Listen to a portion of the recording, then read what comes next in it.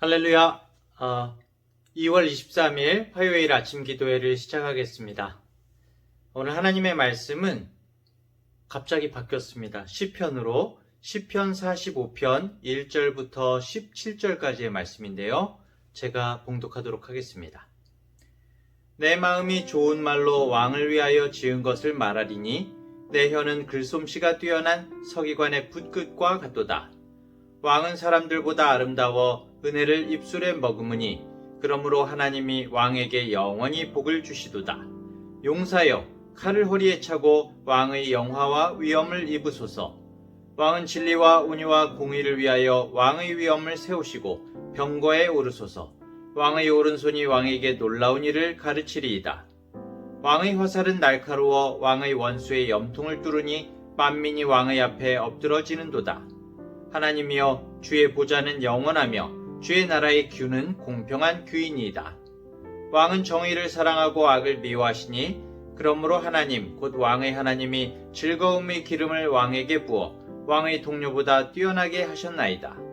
왕의 모든 옷은 몰약과 침향과 육개의 향기가 있으며 상하궁에서 나오는 현악은 왕을 즐겁게 하도다.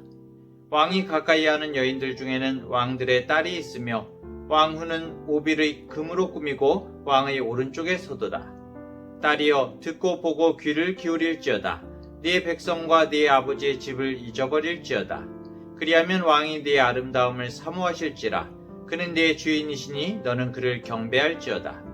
두로의 딸은 예물을 드리고 백성 중 부한 자도 네 얼굴 보기를 원하리로다. 왕의 딸은 궁중에서 모든 영화를 누리니 그의 옷은 금으로 수놓았도다. 수놓은 옷을 입은 그는 왕께로 인도함을 받으며 시종하는 친구 처녀들도 왕께로 이끌려갈 것이라.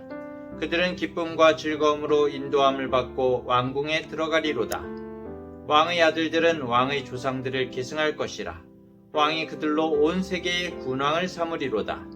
내가 왕의 이름을 만세에 기억하게 하리니 그러므로 만민이 왕을 영원히 찬송하리로다. 아멘.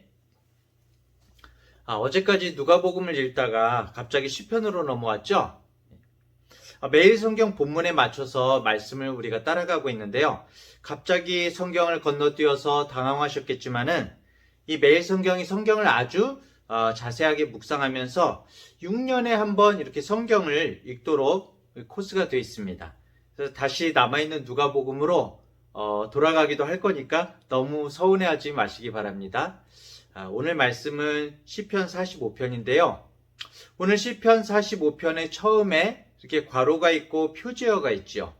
고라 자손의 마스길, 사랑의 노래, 인도자를 따라 소사님에 맞춘 것 이렇게 되어 있는데요. 고라 자손이 기록한 찬양시입니다. 그래서 마스길은 교훈이라는 뜻이 있고요. 소사님에 맞췄다고 나오는데 이 성경 아래에 보면은 소사님의 뜻이 나옵니다. 백합화 곡조라고 써져 있거든요. 백합화. 그러니까 결국에는 이 시편이 노래죠. 곡조를 붙여서 노래로 부르던 글이죠. 이 백합화의 꽃말이 순결함입니다. 그리고 변함없는 사랑.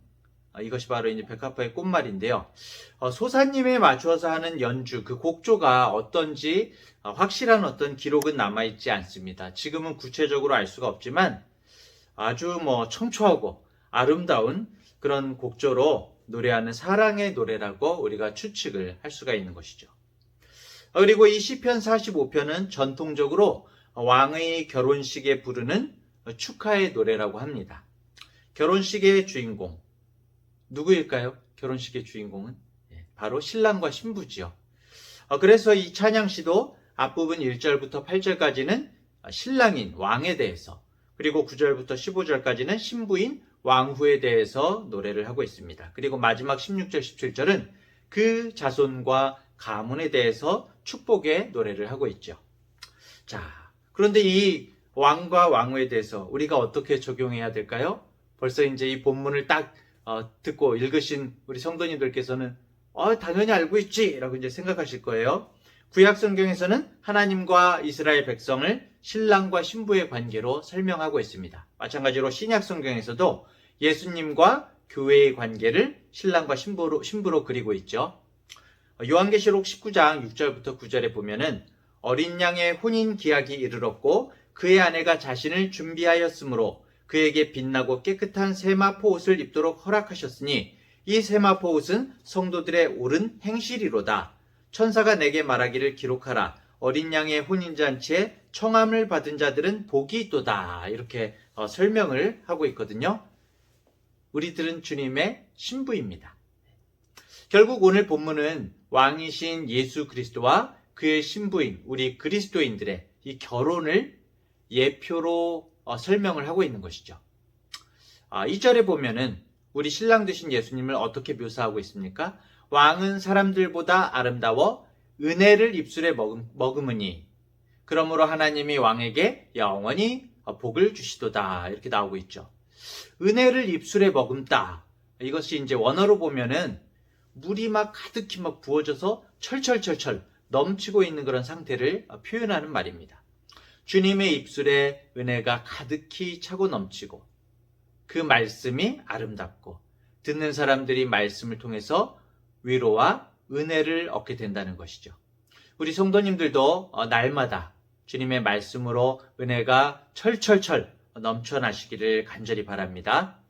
이 은혜가 3절로 이어지고 있는데요. 3절에는 용사여 칼을 허리에 차고 왕의 영화와 위엄을 입으소서 이렇게 나옵니다.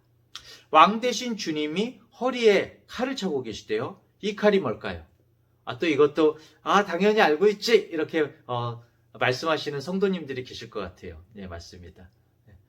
서서 진리의 띠를 띠고 의의 흉배 붙이고 평화의 복음의 신을 신고 믿음의 방패 갖고 구원의 투구 쓰고 성령의 말씀의 검을 가지면 자, 성경에서는 이 말씀을 칼로 검으로 표현을 하고 있죠. 말씀의 검입니다. 말씀으로 천지를 만드신 이 놀라운 권능을 가지신 주님.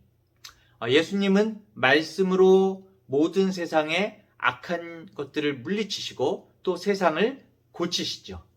우리도 이 주님의 말씀의 검을 들고 바로 설 때에 왕의 영광과 위엄을 갖춘 그런 승리의 삶을 살 수가 있는 것입니다. 위엄이 어디에서 나온다고요? 네, 말씀에서 나온다고 이렇게 성경에선 말씀하고 있습니다. 진정한 주님의 위엄, 승리의 삶을 사는 우리 성도님들 되시기 바랍니다. 자, 그 승리의 주님의 모습이 4절과 5절에 나오고 있습니다. 왕은 진리와 온유와 공의를 위하여 왕의 위엄을 세우시고 병거에 오르소서. 왕의 오른손이 왕에게 놀라운 일을 가르치리이다.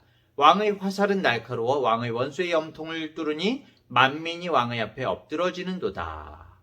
자, 이 주님의 위엄이 나타나는데요. 주님의 위엄이 무엇을 위해서 나타내신다고요? 주님의 위엄은 바로 진리와 온유와 공의를 위해서. 하나님께서 위엄으로 세상을 다스리시는 이유가 자신의 막 권위를 드러내고 막 그러시는 게 아니라 위엄을 나타내시는 이유가 진리와 온유와 공의를 위해서 나타내신다고 나와 있습니다. 너무나 크신 주님의 사랑이 담겨 있는 말씀이죠. 이 사랑과 능력의 주님을 우리가 믿고 따라야 함을 말씀하고 있는 것입니다. 자, 이어서 6절, 7절을 보면요. 하나님이여 주의 보좌는 영원하며 주의 나라의 균은 공평한 균이다. 공평하신 하나님. 왕은 정의를 사랑하고 악을 미워하시니 그러므로 하나님 곧 왕의 하나님이 즐거움의 기름을 왕에게 부어 왕의 동료보다 뛰어나게 하셨나이다. 계속해서 주님의 성품과 그 은혜를 설명하고 있습니다. 우리 또한 이 성품을 쫓고 따라야 하는 것이죠. 주님은 정의를 사랑하시고 악을 미워하시는 분입니다. 우리가 너무나 잘 알고 있죠. 우리도 당연히 악을 미워하고 정의를 사랑하고 실천해야 되겠죠. 또 주님은 공평하신 분이라고 나옵니다.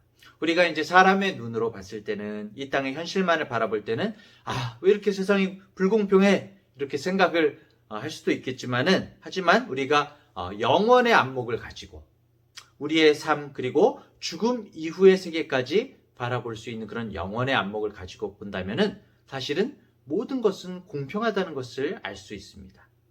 그리스도인은 결국 지금 이 현세만이 아니라 바로 지금만이 아니라 하나님의 나라를 갈망하면서 바로 또 이제 우리 죽음 이후의 그 삶까지도 영원의 삶을 바라보면서 우리가 어떠한 어려움 가운데 있더라도 희생과 또 어떤 가난의 길에서도 주님이 기뻐하시는 그런 삶을 향해 나아가야 하는 것입니다.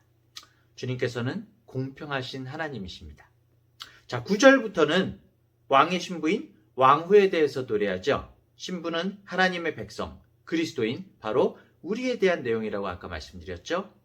9절에 왕이 가까이 하는 여인들 중에는 왕들의 딸이 있으며 왕후는 오빌의 금으로 꾸미고 왕의 오른쪽에 서도다. 이 새 단장한 신부인 왕후의 아름다운 모습을 설명하고 있는데요. 사실 우리가 이 본문을 읽으면서 우리가 이제 화려한 오빌의 금으로 꾸미고 이 부분에 이제 주목할 수가 있는데 여기보다 더 중요한 것은 바로 그 뒤입니다. 왕후가 왕의 오른쪽에 선다는 것이죠.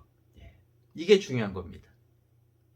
요한계시록 21장 2절 3절에 보면은 또 내가 보매 거룩한 성 새 예루살렘이 하나님께로부터 하늘에서 내려오니 그 준비한 것이 신부가 남편을 위하여 단장한 것 같더라. 내가 들으니 보좌에서 큰 음성이 나서 이르되 보라 하나님의 장막이 사람들과 함께 있음에 하나님이 그들과 함께 계시리니 그들은 하나님의 백성이 되고 하나님은 친히 그들과 함께 계셔서 이 말씀의 표현이 연결되어 있는 것이죠. 요한계시록이 나타내는 말과 9절의 말씀이 같은 것입니다. 하나님께서 언제나 우리와 함께 하시겠다는 것을 약속하고 계신 것이죠. 어떻게 보면 오늘 말씀 중에서 가장 중심이 되는 말씀인 것 같습니다. 신랑 되신 주님, 우리의 신부되는 우리 그리스도인 한 사람 한 사람을 붙들고 언제나 함께 하시겠다고 주님께서 서약을 하고 계신 거예요. 우리에게. 남편으로서 신랑으로서의 서약을 우리에게 하고 계십니다. 자, 주님의 신부인 우리가 그러면 어떻게 해야 할지를 시편 45편 10절 11절이 계속 가르쳐주고 있는데요. 딸이여 듣고 보고 귀를 기울일지어다. 네 백성과 네 아버지의 집을 잊어버릴지어다. 그리하면 왕이 네 아름다움을 사모하실지라. 그는 네 주인이시니 너는 그를 경배할지어다. 신부는 과거에 자신의 백성과 자기 아버지의 집을 잊어버려야 된다고 나옵니다. 무슨 말일까요? 주님을 알기 전에 과거의 생활, 옛적 관계, 어떤 세속적인 가치, 모든 죄악의 습관들을 미련 없이 버려야 한다는 것이죠. 이제 주님의 신부로서 구별된 어떤 신분과 어떤 자세를 우리가 가져야 한다는 것입니다. 결혼식을 가보면 서약을 하죠. 우리 중앙대학교에서 하는 그 담임 목사님이 주례하시는 결혼식에 가면은 반드시 신랑 신부가 따로 서약서를 읽게 하시더라고요. 꼭 모든 사람 앞에서 이렇게 자신의 입으로 결단을 하게 하는 거죠. 그렇게 서약을 한 후에는 오직 한 사람에게 충성하고 자신을 정결케 하고 이제는 남편으로서 또 아내로서만 사랑하고 섬겨야 하는 것이죠. 그런데 우리가 그리스도인이라고 하면서도 우리가 여전히 두 마음을 품고 사는 사람들이 있습니다. 우리도 때때로 그런 것 같습니다. 우리가 마땅히 주님의 신부가 되었다면 주님만을 섬기고 살겠노라고 결단해야 되겠죠. 그렇게 주님께 온전히 서약하고 주님만을 따르면서 살 때에 주님께서는 우리를 풍성한 기쁨과 즐거움으로 인도하시고 그리고 영원한 행복과 영광을 누리게 하신다고 오늘 15절에 보면은 그들은 기쁨과 즐거움으로 인도함을 받고 왕궁에 들어가리로다 이렇게 나와 있습니다. 우리에게 기쁨과 영광을 주신대요. 이게 죽어서만입니까? 죽어서 하늘나라에서만 영광을 누립니까? 아니죠. 영원한 복락과 기쁨을 누리는 것은 바로 우리가 예수님을 알고 믿고 주님의 신부가 된 순간부터 우리에게는 행복과 영광이 있는 것입니다. 이 약속을 믿으시기를 바랍니다. 자, 그렇다면은 왕 되신 주님 예수 그리스도와 신부되는 우리들의 결혼으로 이제 어떤 결과가 있습니까? 마지막으로 16절 17절을 보면요. 왕의 아들들은 왕의 조상들을 계승할 것이라 왕이 그들로 온 세계에 군왕을 삼으리로다. 내가 왕의 이름을 만세에 기억하게 하리니 그러므로 만민이 왕을 영원히 찬송하리로다. 아버지께서는 모든 이름 위에 뛰어난 이름을 주셨고 그의 의의를 구하는 모든 세대에서 대대로 일어나게 하시며 그리고 그 이름이 영원하여서 모든 세대에 기억되게 하실 것이다. 이렇게 나오고 있습니다. 오늘 우리 한국 사회에 닥친 우리 믿음, 기독교에 대한 다양한 어떤 공격과 부정적인 분위기가 많이 요즘에 있죠. 하지만 우리 교회 안에도 어려움들이 분명히 있지만 그럼에도 이미 말씀은 확정하고 있습니다. 하나님은 주님의 백성을 지키실 것이며 언제나 우리와 함께 하실 것이며 하나님의 교회를 계속 세워가실 것이고 온 세상의 구원의 복음을 편만하게 펼치실 것이며 결국에는 주님께서 승리하시고 영광을 받으실 것이다. 이렇게 말씀은 우리에게 말씀하고 계십니다. 오늘도 그렇기 때문에 이 말씀으로 인하여 영광과 기쁨 가운데 사는 우리 중앙대학교의 성도님들 되시기를 간절히 축복합니다. 오늘 함께 이 말씀으로 기도하겠습니다. 주님의 신부된 그리스도인으로서 죄의 성품과 옛 습관을 잊게 하시고 오로지 주님의 성품을 본받고 남편 되신 주님을 기쁘시게 하는 삶을 살게 하소서. 이렇게 함께 기도했으면 좋겠고요. 제가 먼저 기도하고 함께 기도하겠습니다. 하나님 아버지, 예수님께서 우리의 주님이 되어주시고 우리를 다스리시는 왕이 되시며 또 남편 되심을 찬양합니다. 은혜와 위로를 주시고 우리를 다스리시는 주님, 어떤 상황에서든지 주님을 시인하며 우리의 신부서약이 변치 않게 하여 주시옵소서. 우리 세속의 삶의 습관과 모든 헛된 가치를 버리고 주님만을 나의 주인으로 모시고 살게 하여 주시옵소서. 우리의 삶 가운데 어느 곳에 있든지 주님의 성품을 본받아 그곳에 공의를 펼치게 하시고 정의로운 삶을 살아갈 수 있도록 주님 힘주시고 능력 주시옵소서. 오늘 하루의 삶 가운데 누구를 만나든지 정말 덕 있는 말을 하게 하시고 남을 폄하하는 일이 없도록 하시며 나보다 남을 높게 여기고 주인 되신 그리스도를 드러내며 하나님께 영광 돌리는 삶을 살게 하여 주시옵소서. 주님 앞에 부끄러움이 없는 정말 신실한 삶을 살기를 원합니다. 우리가 가정에서 남편이나 아내로서 부모나 자식으로서 말의 신앙인이 아니라 행동의 신앙인이 되게 하여 주시옵고 우리의 일터와 학교, 삶의 자리에서도 정말 손과 발로 순종하는 진정한 그리스도인이 되게 하여 주시옵소서. 화려한 말의 사람이 아니라 신실한 행동의 사람이 되게 하여 주시옵소서. 예수 그리스도의 이름으로 기도합니다. 아멘.